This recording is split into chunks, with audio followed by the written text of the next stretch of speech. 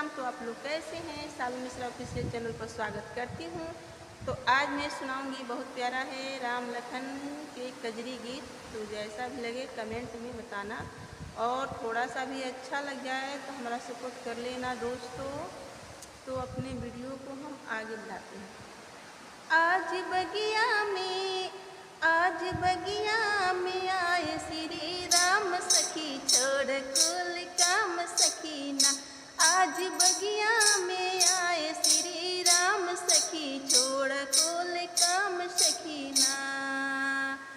राम लखन दोनों भाई कितना करी हम बड़ाई, राम लखन दोनों भाई, राम लखन दोनों भाई कितना करे हम बड़ाई।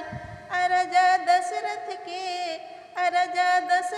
के लाल अवध राम सखी, छोड़ा कुल काम सखीना। राजा दशरथ के लाल अवध राम सखी, छोड़ा कुल काम सखीना। आज बगिया में आए अवध राम सखी, छोड़ा कुल काम सखीना। आज बगिया में आए श्री राम सखी, छोड़ा कुल काम सखीना। रूप का इसे बिचारी दोनों है धनुषधारी, रूप का इसे बिचारी दोनों है धनुषधारी।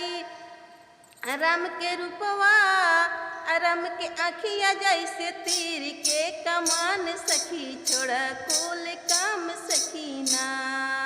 राम के आँखिया जैसे तीर के कमान सखी, छोड़ा कुल काम सखीना। आज बगिया में आए श्री राम सखी, छोड़ा कुल काम सखीना। आज बगिया में आए श्री राम सखी, छोड़ा कुल काम सखीना।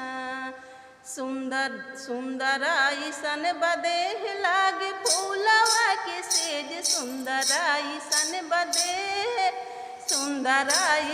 बदेह लगे फूलवा के सेज। मुस्की ऐसन बा ले ली हमर जान सखी, छोड़ा कुल काम सखीना। मुस्की ऐसन बा ले ली हमर जान सखी, छोड़ा कुल काम सखीना। आज बगिया में आयो श्री राम सखी, छोड़ा कुल काम सखीना। आज बगिया में आयो श्री राम सखी, छोड़ा कुल काम सखीना।